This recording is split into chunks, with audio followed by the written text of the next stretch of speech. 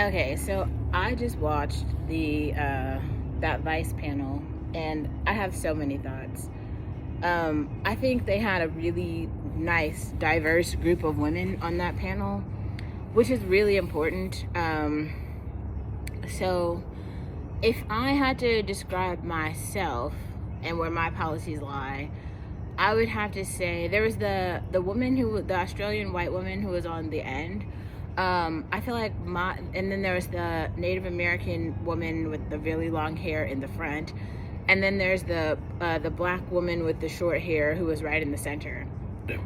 My personal identity is like a combination of those three people, and actually, it was like the white trans woman, the very petite one who was sitting in the corner. My personal politics are this combination of those four women.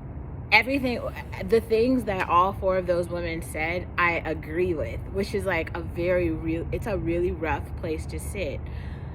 Because they all made really good points, and it was really funny specifically to watch the Native American woman and that Australian white woman kind of like argue with each other, and to see the points where that Native American woman laughed and where the Australian woman was like, that this is where I'm talking about racial socialization hits and pretty privilege hits, where like Pearl doesn't have any pretty privilege. If you guys didn't hear that, like I can make a whole other video, maybe I will, about that. Pearl isn't pretty.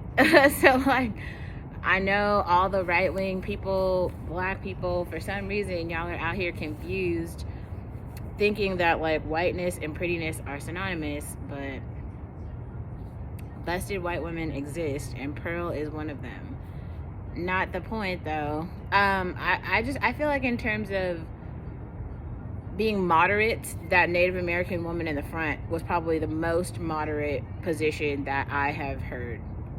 Like, what the things that she said were just like spot on. But then the sad part is I kind of empathize with where the Australian white woman was coming from, because she was like, you guys keep trying to put your identity above everyone else, and she's right, because people actually are doing that, and that's not it's illogical. And there was actually the one black woman with the really long hair who was sitting in the front.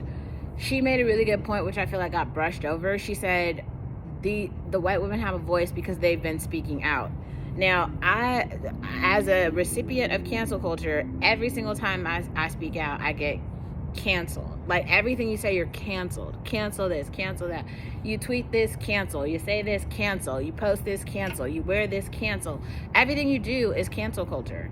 And so it's like, I mean, some stuff you do, okay, maybe it's like not the best and you could have done better, but it can't be every single thing you do. You feel me? Like, you have to have points where you're like, oh yeah, you know, I did this thing and then I like learned a lesson and I grew or something. But it can't be like every single thing you do, you're so wrong and you're so effed up and you're so bad. That's not a thing either. That doesn't even make any sense.